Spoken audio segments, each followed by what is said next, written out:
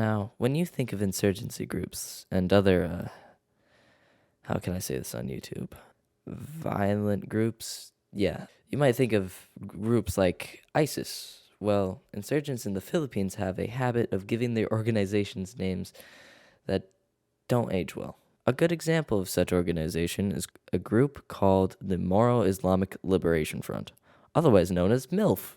They are an insurgent group that dates back to 1977, which predates the popularization of the term MILF in the 90s. In 1968, there was an alleged massacre of Moro soldiers who mutinied after learning the reason for their training, which was to destabilize a region in Malaysia.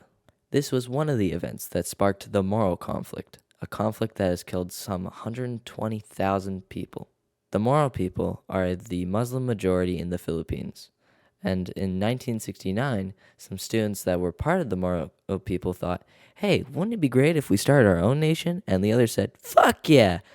A bit oversimplified, but kind of true. And they made a militant group called the Moro National Liberation Front and started attacking people and causing chaos to prove their legitimacy. In 1976, the Philippine government and MILF had peace talks and ended up making a semi-autonomous region for the Moro people. However, there was some uncontent towards this agreement with some of the members, which caused a splinter, creating the Moro Islamic Liberation Front.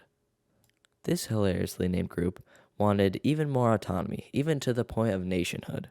MILF continued to fight until 2011 when they changed their demands from full fucking freedom, love, and independence to a more U.S. state-like status, in which both groups, MILF and MILF, got an autonomous region called, however the hell you say this word. And it seems that the conflict has died down for now.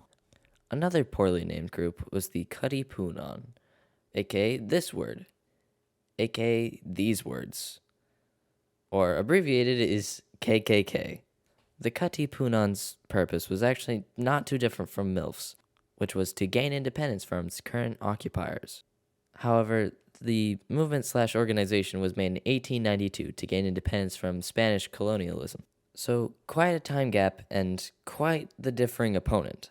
Surprisingly for the KKK, I just can't keep on calling it that. Surprisingly for the Katipunan, they won against the Spanish and formed the First Philippine Republic, which quickly went back into conflict during the Philippine-American War. The Philippine-American War was a conflict started by the Philippines, in which it stated it had declared independence from the U.S., which had gained territory from the Spanish because Spanish had been the U.S. The U.S. is beating Spanish in the Spanish-American War, and this is getting out of control. It doesn't matter. All you need to know is that Philippines had declared independence, and the U.S. decided to spend over 120,000 troops to the Philippines, all because the country had declared independence. And you know who else declared independence? The U.S. Anywhere from 200,000 to 1 million people died because of war, disease, and famine in the Philippines.